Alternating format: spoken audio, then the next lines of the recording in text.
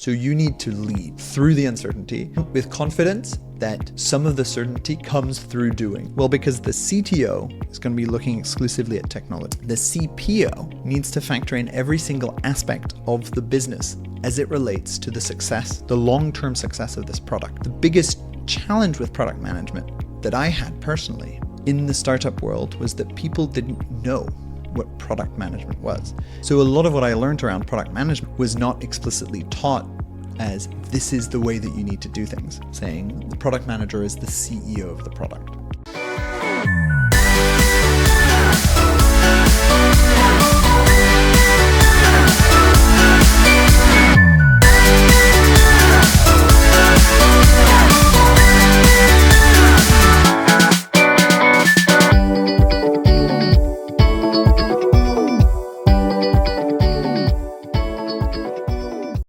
Welcome back, everyone, with GCC Tech Talks by some of the experts. Here with Sai. They're kind of part of our summer series that we're doing. We've been on holiday and traveling. We had Eid, so I hope everyone had a good time. Bringing a slightly different perspective today with Raphaël Peyret, who is a seasoned Chief Product Officer and business leader. But yeah, how have you been, Sai? You good?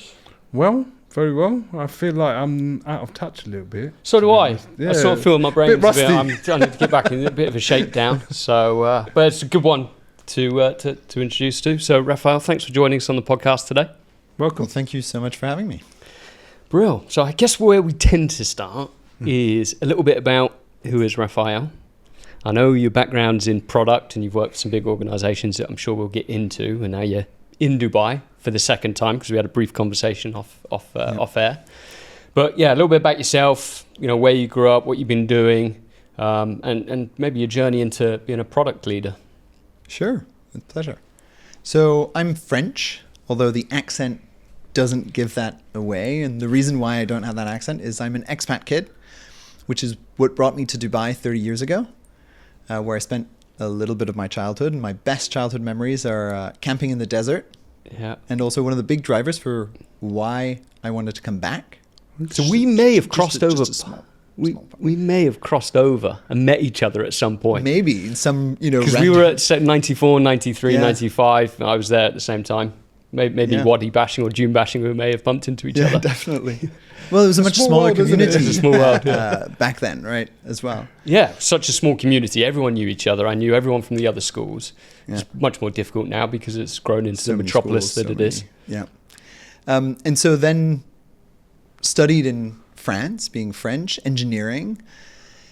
Decided to go into tech because I'd always been attracted to understanding how things work, and that's where the most interesting developments were happening. From the get-go, went into startups. I started my own company doing school photography online. Talk at length about all of the pains around that. Not an area I would go back into in France. And then after a few years of that, realizing that we'd hit a plateau, it's a relationship-driven business, I said, okay, what am I going to do next?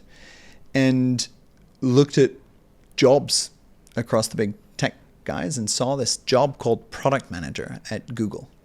I was like, that ticks every single box of what I want to do. It's close to the technology, to the development, but without actually doing it. It's different every day. You need to take the bigger picture, consider the business side. And so that's how I got into product. Just a quick one on that. So did you have any hands-on product experience before Google? Or was Google sort of your first? Not knowingly. So some of the things that I was doing was product, but I'd never put that label on it. I was CTO at my startup, so I was doing the tech, but of course also having to think about some of these product problems without any kind of structure or vocabulary for it. And this was back in 2014. Product management wasn't as established as it is today. A bit like project managing. Project managing was a similar kind of stage at that point as well. Product owners, I think, from what I remember, the very first product owners that I probably came across was about 15, 16, I think, 2015, 16. Again, it was rare in data, it was probably more in software engineering rather than data. But yeah, and it used to be quite big organizations like Google, like your banks, your insurance companies and stuff like that.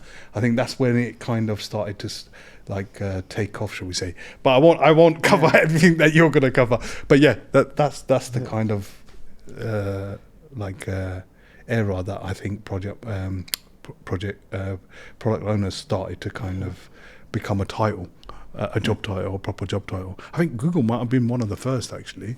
Google. Well, what a place to start your career, kind of. I mean, I was... My dad told me, okay, you want to move on past your startup? I don't want you to just take anything. See what you want to do and try to get it.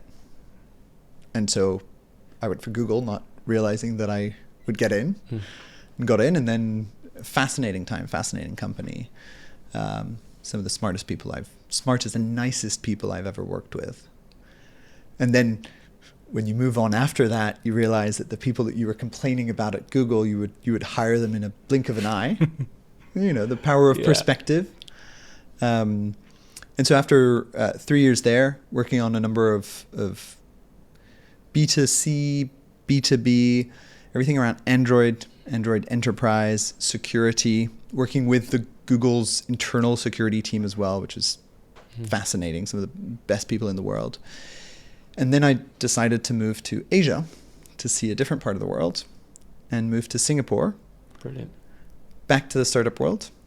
A number of different startups. And the last startup I left after 7 years. In January, I became independent. And until then, I led product and then marketing for a cloud security startup that went through, MVP, raise, exit, integration into Bitdefender, global cybersecurity company. Familiar with Bitdefender? Huge range. Yeah. So, from your perspective, just diving in, because you've got startup and obviously huge conglomerate enterprise with all the sort of cogs and the process in place. What's quite different from working at a startup in product?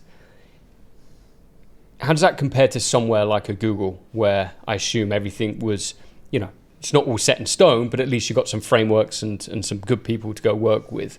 Because I assume at startups, you're kind of building the team around you as you go, as well as, probably a little bit more scrappy at a startup. So the interesting thing was when I went to Google, my thinking was, I'm going to go somewhere where I'm going to learn from people that know how to do things properly. I'm going to learn the process. Because at a startup, you learn through failure. And that's tiring. And I went to Google and I realized that they just put smart, nice people in a room and said, figure it out. And that was it. The reality is, there is a lot to learn. It's just not formalized as strictly. So there are a lot of, let's say, tools, but they're not forced on you. You take what you want. So a lot of what I learned around product management was not explicitly taught as this is the way that you need to do things. And I think that distinction was actually really, really important, because what I see a lot in product management is people that are going through the motions without understanding why. So for example, the typical thing is there's a slide deck for whatever, and people will take a template and fill it in, when maybe 4 slides make no sense. But they will still fill the slide in, spend the same amount of time as every other slide, including that one slide that should actually make up 80% of the whole meeting, because that's the real, challenge, right? And that's, I think, the biggest thing that I learned there. Now, going back to your question about what's different, the biggest challenge with product management that I had personally in the startup world was that people didn't know what product management was.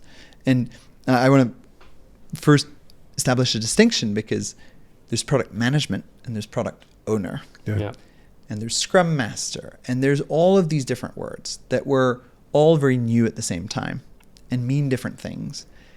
And a lot of people didn't know any of them, particularly in emerging ecosystems like Singapore. I still consider, the GCC ecosystem to be emerging. So they don't really understand it. And for something like product management, a lot of people imagine that they can just, well, I have an idea. Why do I need this middle layer thing? I'm just going to talk to a developer and they're going to build it. And do you feel then that the best practices for product management it doesn't exist yet, or will it never exist? At the beginning, the only way to get into product management is to do it. And so how do you do it when you haven't done it? And to get into it, you need to have done it. And now there are a lot of courses on it. And that's, in some ways, it's great. But also we get back to this idea of like, you're going to go through the motions without really understanding the reason for the tools, right? It's as important to know which tool to use as it is to know how to use a tool or know the existence of a tool. So I think it's better now.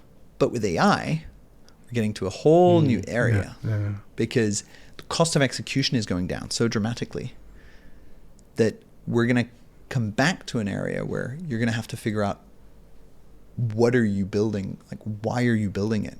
Yes, you could build it all, but you shouldn't.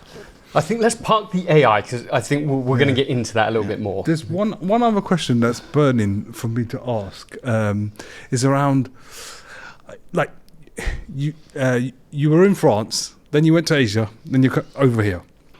Where do you feel that the GCC is, and what challenges do you feel that organizations will have in the next couple of years around this kind of dynamic where like you have to manage the product to market, should we say, and you have to make sure that you kind of still fit that kind of initial kind of remit that you were thinking of, should we say, and how do you test it? Like, as in, like, I think what I want to get is the view, how you would test it in Singapore, how you would test it in France, and the difference of here, shall we say. And I think that's like, as in, it's something that we've not brought up in any of our podcasts so far. And it's an interesting paradigm because there's a lot of tech companies now coming out of the Middle East. Yeah.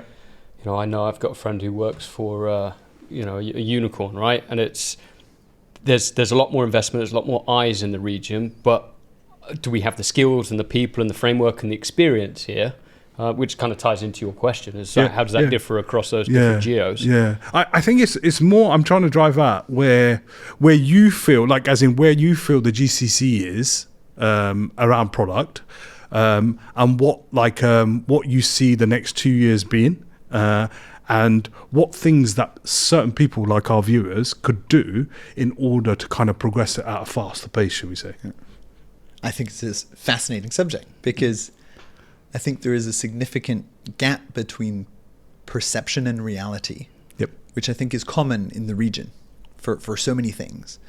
And in product specifically, there is this feeling that we're doing well, but for people that have experienced it in other mature ecosystems, most are not. Yes, at some of these top companies, there is very good product management. And then there's a massive, massive gap, and then there's everyone else. And in Singapore, we saw very, very similar things. And the reason I bring up Singapore is because I was 7 years in Singapore, and I saw the evolution in terms of maturity of product management there. And I come here and I see some of the similar patterns. And the thing about product is people only realize it once they've started making the mistakes that it solves. So when you're building an ecosystem, in Singapore it started with rocket internet type startups. We take a model that exists elsewhere and we're going to build it for the local market, right? So it was the Zalora, Zalando type, Yeah. And so what that means is that the people that were starting those companies, they were marketers. And tech was kind of an afterthought. But they realized that they need developers. So then the ecosystem builds around having software engineers. After a while, you realize that you do need somebody to manage them. So you're going to need software engineer managers. And then eventually you realize that you might need other roles that are more specialized, like data engineering or product managers. Yeah. But it takes quite a while before it reaches that point. And then you have a lack of maturity because there just hasn't been enough years of the system. One of the big problems with product management is it's not obvious from the get-go what are the right decisions. Yeah. The only way, the way that product management has evolved is in a place like the Silicon Valley, there are so many people doing the same things that you can understand what works or what doesn't from a large volume of tries. Whereas if you go to a place like Singapore, and here, when there are just a few successes, what I often see is people assume that whatever they did was the reason for the success. And so in product management, it becomes very, very dangerous. Very specific example, in Singapore, one of the problems that I was facing was the idea that if you just send more push notifications, you will get better results. Even though we know that if you hammer somebody with push notifications, they will turn them off. Yeah, I was just going to say, don't Just annoy me. the hell, don't annoy the hell out of people either. But if you look at it from a incremental standpoint, if I send 1,000 more notifications and one person opens it, and 1 out of 10 times they will do something that I want out of that, that's still an incremental benefit for me if I look at it in this very narrow view. And because there isn't that larger number of, tries that helps to say like, no, this is a stupid idea. Yeah. Well, we see people saying like, oh, that's what we should do. And there's not much that you can say to convince them that they're wrong. Whereas if you take anybody in the Silicon Valley, it's going to be, of course not. Yeah. Right. And so this is what I'm seeing here. It's like there is a lack of that. And the fact that people don't see that there is a gap in product management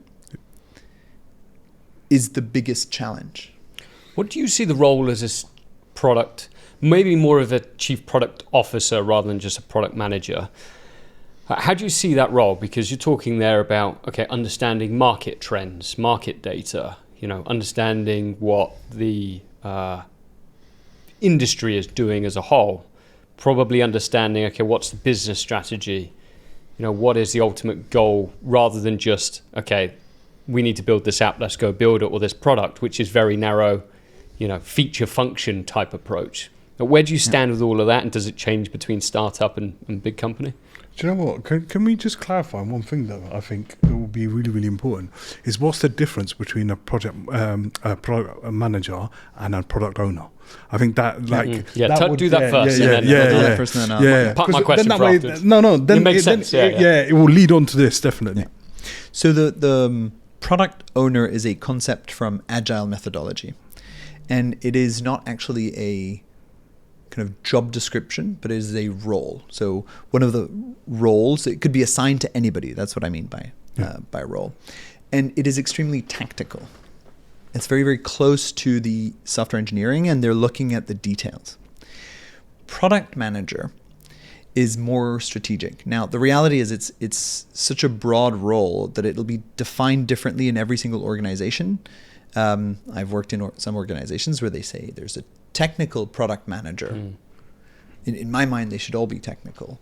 Some say outbound, or more focused on. I think it depends on the size of the product as well. It does this because sometimes you can't have one product manager.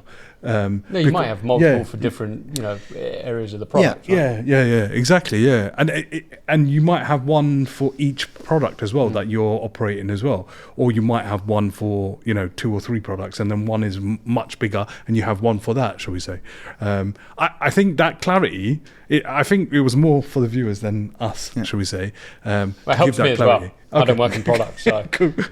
But it's confusing. I mean, it is. Yeah, it product is. And and so getting back to your question about like on the chief product officer, and there's an interesting question as well. It's like, well, don't we have chief technology officers? If we do, then why do we need that? There's also some discussions about having CPTOs or CTPOs and why. And And I think if you think about the role of the product manager is to optimize for the success of the product. And it's different from the sales lead. Their role is to optimize selling. That is very short term. They're not looking at 2 years from now. They're looking at how do I sell what I have now. Yeah, that salesperson wants a CPO to build the roadmap so they can go and sell the roadmap rather than build the roadmap, right? I think that there's another thing here as well. You know, the CTO, there's a conflict of interest, I think, as well. Because sometimes if the CTO is in charge of the product and managing the product, sometimes there's conflict of interest when it comes to budget, technology, those kind of things as well. And I feel as though a true product manager, they evolve the product based on, say, the market. A CTO doesn't really look at market research. So that's why, in my mind, it's great to have both a CPO and a CTO because they serve different roles. Correct. And the CTO can focus exclusively on technology. Yep. And the CPO can focus more holistically on where are we going with this product. And if one is the hierarchical superior to another, or they're both shared by a single role, I can't have that push and pull within myself. I mean, I could, and it depends. In some cases, for some organizations, that can work fine because you're going to have a CTO that has a bit of the product, sense and is, it's maybe 70% CTO or 30% CPO, and that can work. But having both is very, very useful. And getting back to your question to explain why. Well, because the CTO is going to be looking exclusively at technology. The CPO needs to factor in every single aspect of the business as it relates to the success, the long-term success of this product. And this product, here I say product, but in reality, when you're a CPO, you're looking at the product being any single output that the company will produce. It's not necessarily one existing product. It's not necessarily the product that you have today. It could be the services surrounding it. It's the whole output, let's say. And so the key is you need to take into consideration the fact that there are salespeople and they're going to have to sell it. And you need to keep that, chief commercial officer happy. You need to understand them, their considerations, because they're legitimate. You need to understand the technical considerations. You need to understand the CEO's direction that he's setting for the company. Any other considerations, of course, the market, but any other considerations, it might be customer success, it might be, HR, whatever is relevant. Governance, yeah, a lot of legal. Depending on, I did a lot of, at Google in particular, the volumes are so big, so you need legal for everything, privacy, right? And you need to take all of these in. And the point of the product, the CPO, is that they're optimizing for this complex mix, whereas the other roles, they can more silo themselves into this is what I'm optimizing. Yeah. I'm optimizing for just technology. And if you didn't have that, it would always go straight to the CEO. Yep, correct. Right? Yep. And so the CPO doesn't have the authority of the CEO. But part of the role is to get to alignment between all of these people. And that alignment comes from translating the needs of all of these people into a common language so that everybody can look at a single thing and say, oh, I agree with this statement. Right? And so this is what we're all agreeing on across the different functions. That's the hard part. I think I'm going to share an experience, yeah? So recently I worked with a startup. There was a CTO and a CEO. So the CEO had a vision, and he made very clear what that vision was. The CTO took that vision and tried to build it into a product. Along the journey, I would say, the CTO was so focused on building to the exact spec that the CEO had provided. There's no market analysis. There was no validation of the idea. All those things were missing someone like Raphaël He would basically stop it before it goes too far. That's what I'm trying to say. And like the moral of the story is, they went too far in the wrong direction before they turned back onto the right direction because of that, like certain pieces of the jigsaw or certain skill sets missing in the CTO, shall we say. But I think that's part and parcel of learning as a startup, right? You're never going to have all of the right people with all the skill set, which I think makes part of the sort of the fun and the learnings. Like that CTO, you know, if he ever goes on to do another product, you know, maybe it's like, okay, well, I've learned that not just building and saying yes and creating something is the best route plan.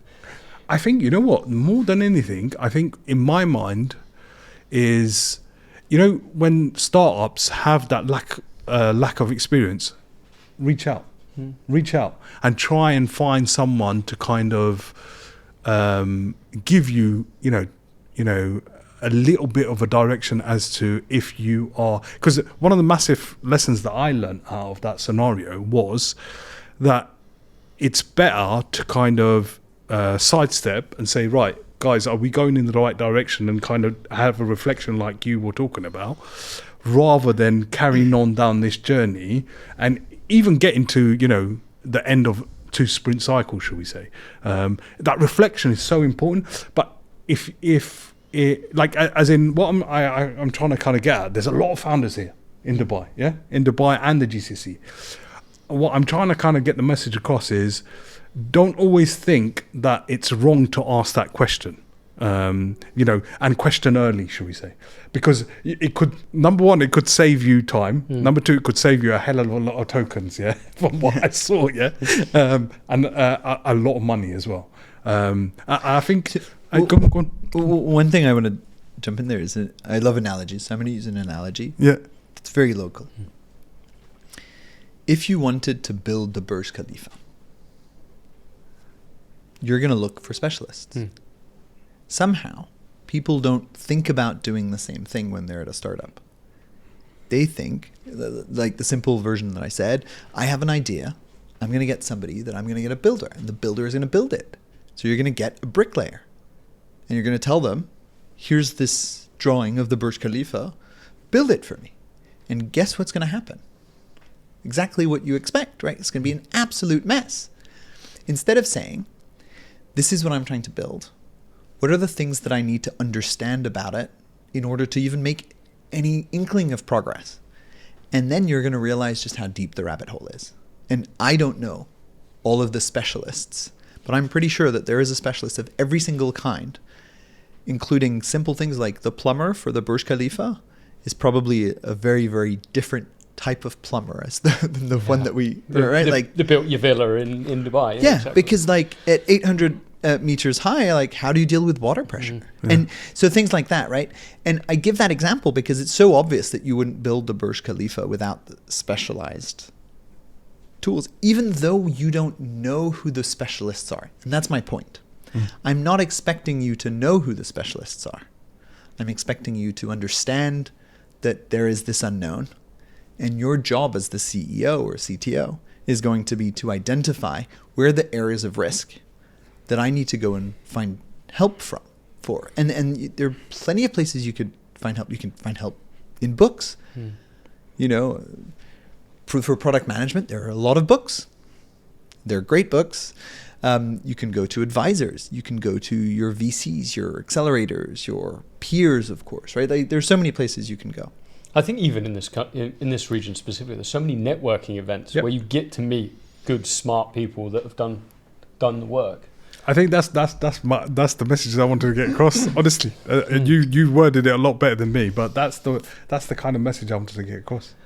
What you've kind of touched on this, but for our audience and anyone looking to get into product leadership, product management, what sort of soft skills, you know, would you look for in a product leader? You know, what would, you know, someone thinking about getting into it?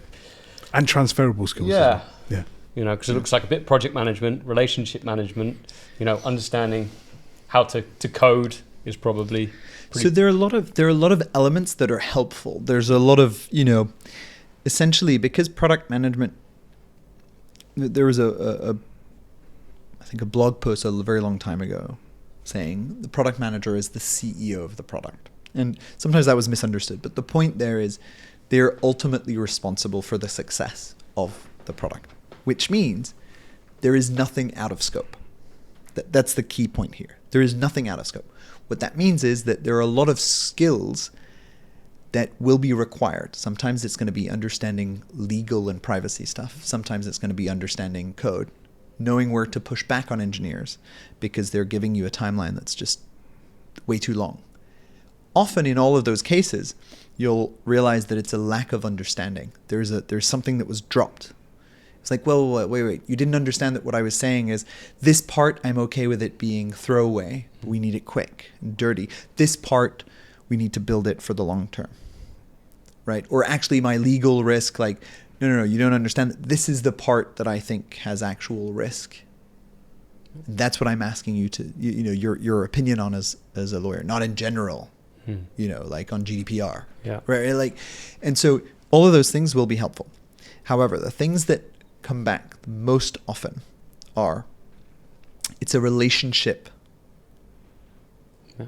job, because the most important thing is to be able to tease out what each stakeholder cares about and wants and needs, so that when I say, like, and I'll give the example of the roadmap, right? When you have that roadmap that you show to everyone, everybody feels like their input has been heard and they understand why we're doing what we're doing. But it's also true for various different things around, like the vision or the longer term plan. And so they need to feel heard.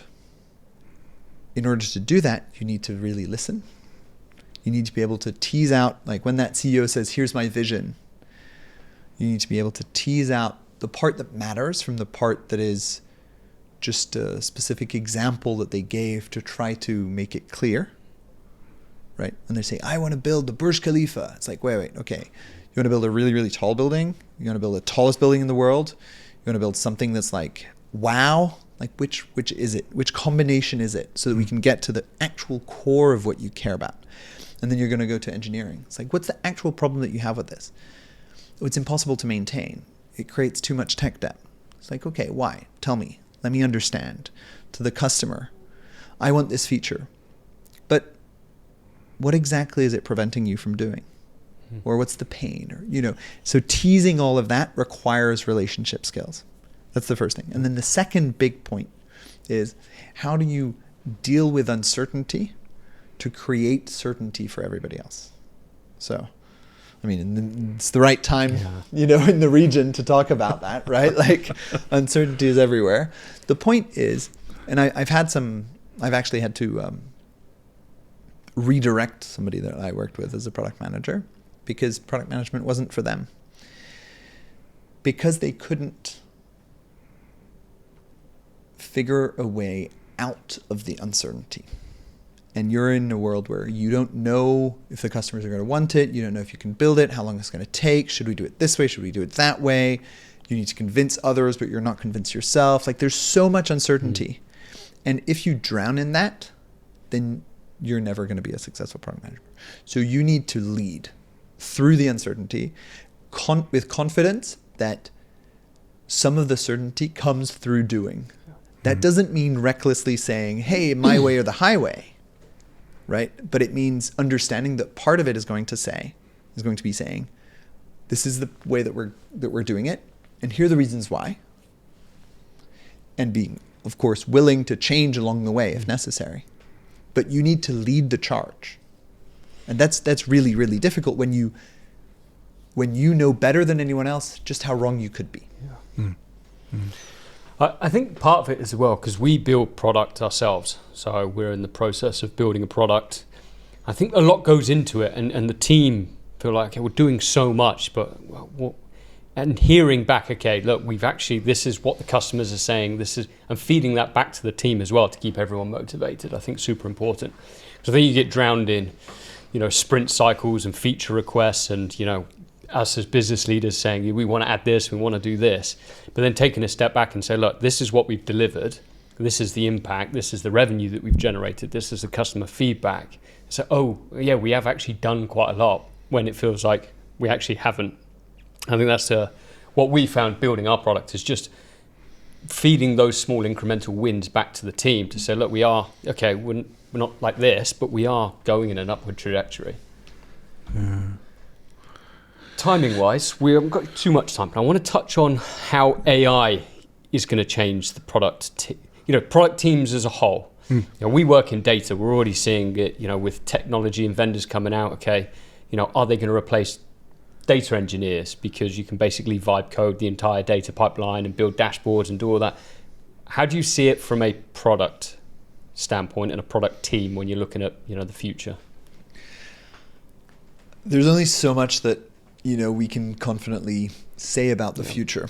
However, we can start to see the direction that things are changing. Like, I wouldn't say, hey, 3 years from now this is what it's going to look like, because anybody that says that, in my mind, is changes week on week. It feels like at the minute. Yeah, it's complete. Nobody knows. However, we can look back at the past and we can understand, like, what are the elements that are changing, and what does that mean if we break down the types of elements of the work that product does, right? For the product function, so the product managers and everyone in that chain, AI tools has made it much, much easier to do many of the chunks of that work. It's going to be, for example, for discovery, user interviews, etc. Now you can do analysis of your user interview transcripts really easily. You can generate questionnaires. You can even have synthetic audiences to do basically questionnaires, but they're not with real people, right? So there's so much that you can do there, which is great, super helpful. On the execution part in the software engineering space, everything is so much faster, right? And you can even have non-technical teams that are fixing bugs, for example. Yep. Great, super, and it's just going to keep getting better and better. And then there's now that we've built this, one of the responsibilities in product is it's not enough that we've figured out what to build and that we've got it built, but we need to make sure that it goes out and it sells. And there again, there's a lot of support from LLMs in particular to be able to decline a message that you've written in all kinds of different channels and the blog posts, etc. The problem is that you still need to figure out what that message is. You still need to figure out what the direction that you want to go when you're building this is. Those are things that today LLMs can't do. Now, they're getting better at asking the questions in order to be able to do that. And I think that's going to keep getting better. But today, there's still a point where it's you need to decide. There's a part that's sense. There's a part that's choosing, choice. And Amazon does not make decisions, product decisions, the same way that Apple does or that Google does. And so some of that, it has nothing to do with whether an AI can do it or not. It has to do with how an organization chooses to make these decisions, right? And for me, that's the kind of slightly more broader sense. If you look at AI, you think that, well, it's getting better all the time. We're going to replace all of these, knowledge workers, white-collar workers, et cetera, because essentially I need a marketer. I'll just get the AI and they're equivalent to the best marketer in the world. Well, there is no best marketer in the world because there are going to be lots of different best marketers in the world. And even if you were to think that you hire a great marketer, you are making so many choices through the hiring process that even when they arrive on day one, and if you were to tell them, then you're good at your job, go for it, which is what you would tell the AI, right? Just solve my marketing. Crack on, right? Well, what you don't realize is that before that marketing person starts, you have already made so many choices by hiring them. When did you hire them? What was the job description? Who did you choose? And those are the types of things that we're still going to have to do around what AI, or what agent or et cetera. Like there, and this is just to do with choices. It's not, it has nothing to do with one is better than the other. It has to do with we are going to choose. And that choice requires a specific thought process, taking into consideration all of these different elements, which are going to be much easier and much faster to do. So that part, I believe, is still going to stay. I think it's an interesting place because I've seen so many companies, even some companies I previously worked for, that were on that race. You know, we're going to do all these different jobs and processes with AI.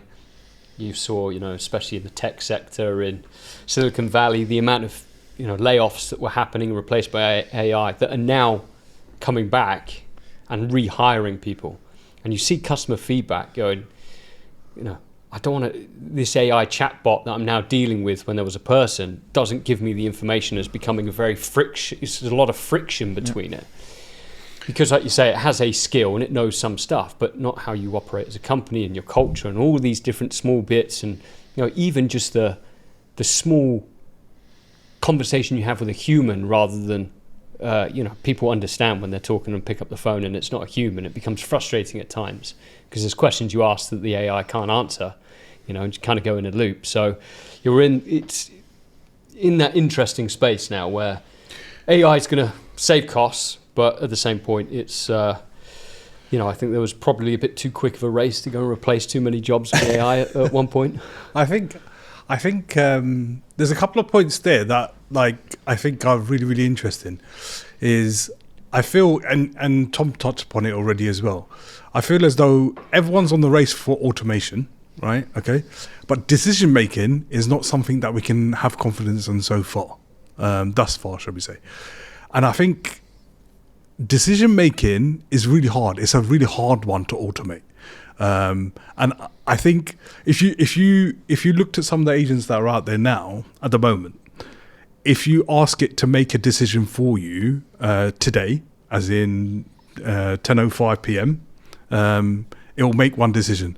If you ask it again to consider the same, you know, facts and make another decision at 2 a.m. in the morning, it might make a totally different decision. Would you, as a human, make a different decision? Possibly, yes. And I feel like the way we're going at the moment is, it's like as though you, like the AI has to make mistakes in order to also learn from those mistakes in order to go forward, like we as humans do. But those mistakes can be very costly, as some companies, like you referred to, some companies have started to find out. But I feel the space, the space around product, it's so broad. It's hard to automate everything, and I'm sure you feel the same as well. It's extremely hard. Number one, to automate everything. Number two, to give essentially a CPU the power to make a decision based on a number of different things a human might think of, shall we say. Well, but the risk that I see, and I've seen it also in some people that have, in a way, they've learnt product only from books, and they've taken it as a gospel. They will go through the motions. And this is exactly what you see for AI. It looks like a duck, it quacks like a duck, and yet it is not a duck, right? Like, but surface level, it really, it feels like they've done the right things, etc., but it's not that. And so that's the risk that I see with product. And it's true for a lot of strategy type work. If you've ever asked any LLM, with however much context you give it, by the way, so even if you're really good at context engineering, etc., strategy is going to be terrible, right? Because it's so nuanced. And we haven't managed yet today, like, of course it's going to get better, to tweak that well enough. The training data isn't there. The reason why software engineering works so well for LLMs is because it's really clear whether it works or it doesn't. Yep. Whereas what about strategy? Even 5 years, 10 years down the line, there's still debate on whether it was a good idea or a bad idea. Yeah. You don't have an A/B test that you can validate. Like, so that's going to be really, really tough. I think another aspect that's going to be really interesting is everyone's trying to explore ways in which they can validate say if an AI agent makes a decision, yeah, right, okay, whether or not that decision is the right decision, right? It's like the AI is analyzing the AI, yeah, the output from the AI. That for me is a really, because I've not seen any posts or any blogs about success stories. I haven't seen some, and you know, please feel free to share if you've seen. I haven't seen a success story so far around that. It's like as though it's a looping circle, yeah, right. It makes a decision, or it wants to make this decision A, yeah, right. Now another agent takes this decision A and says, these are, I think, the positives. These are the negatives. And have you thought about these? And then it asks that question again. I feel like we're getting into an age where AI is just going to be, let's fire Tom and Si. We don't need them anymore. We'll do a better job. Exactly. As we wrap up, more of just a bit of a fun question. What are your favorite tools you like to work with as a product manager? AI or non-AI? Are there any go-tos for you? The whiteboard. Love that. Good. So I have a whiteboard next to my desk, and I find it super helpful to be able to visualize. And I've never found, like, you know, these online whiteboards, etc. It's just not as tactile flexible enough, and you know, like rigid when you want to explain something, a hierarchy, something, yeah. And then on the other side, interestingly enough, it's my good friend Claude, which is like everyone else. Like Claude's everyone's best friend. Exactly. I have built my own tooling, right? And it's all kind of custom built for me, including a CRM, and it connects with everything I do gets put in there, and then it can be mined, etc. Still just the beginning, but it compounds. That's I think the most important. And I think you've got to spend time investing in that side of your LLM and your AI tool, is, you know, really giving it context, really building up the knowledge and the skill set for you know, if you're going in and just asking odd questions without training it and doing all this stuff, you get generic answers, right? And some of it is for me, part of what has made this a success is that I have built it like it was a journey. It was not, I took something, even if that existed, taking something off the shelf, give it access to everything, right? I actually set up OpenClaw, and then I never used it. In part because my background is security, so I set it up as a separate, well, you know, contained VM, basically. And then I realized that it was useless without giving it way more access that I was comfortable in for use cases that I didn't really need, right? However, what I have built for myself is tailored to what I need specifically. I've built my own CRM. It's not Salesforce, but Salesforce would be a nightmare for me to work with for the scale that I'm at and what I need. And because I've built it little by little, it is tailored to what I need. And I still sometimes see some things where I'm like, ooh, that was a good idea. And I kind of like built something at the time, but I haven't used it. And you can see how it's already rotting away, right? And that to me is the biggest signal. It's like this idea that if I haven't built it because I needed it, right, little by little, I realize that it doesn't serve me, it slows me down, it's painful. And that's true for a lot of the kind of off-the-shelf software where there's has like 17,000... you know, or even Notion. I used to use Notion. I don't use Notion anymore because it had so many things that I didn't need, and it was just more complicated. What I so need many was, fields, and it's like, I just want to I want to input this and move to the next thing. I use Markdown files now. No, nothing simpler than that. It's basic, but it works just right for what I need. Amazing. Well, thank you so much for your time. It's been an absolute pleasure to have you on the podcast. Likewise. How can people get in touch if you're open to connecting with viewers? Yeah, happy to connect. LinkedIn, I assume? LinkedIn's the easiest. You can look me up there. My handle is rpeyret, RPEYRET, or look up my company Sharp with a slash in the middle. So SHA-RP, RP my initials. What we'll do is we'll add those in the show notes so people can find you and just click it. So what are you doing now then? So you talked about Sharp, just for viewers, you know, so are you kind of offering services now around the product ownership space, product leader space? So I advise startups, and I do fractional leadership, typically CPO, so fractional CPO. So fractional being when you're at a stage where you need that help, like we were talking about it. Yep. Well, maybe at the beginning, you'll need a bit of advisory, a bit of advice, you know, an hour a week, a day a month. And then you might get to a point where you would like to have senior leadership in this function, but it doesn't make sense to hire somebody. And it's a combination of you probably don't have the money to put in there, but also you wouldn't be able to find somebody because they would be so bored in this job that they would leave. Yeah. And so this basically solves the problem that the only way to get senior leadership is the step function of 0 and then 1, when your need is actually probably a lot more linear. Yeah.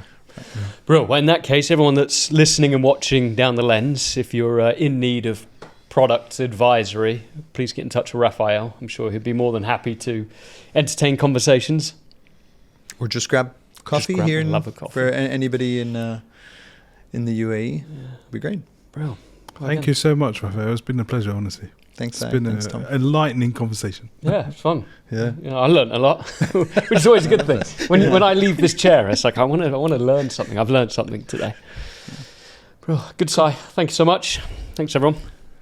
Should we get a picture? Yeah, we'll definitely get a picture. That's a good one, man. That was a good one, man. Thank you. Yeah.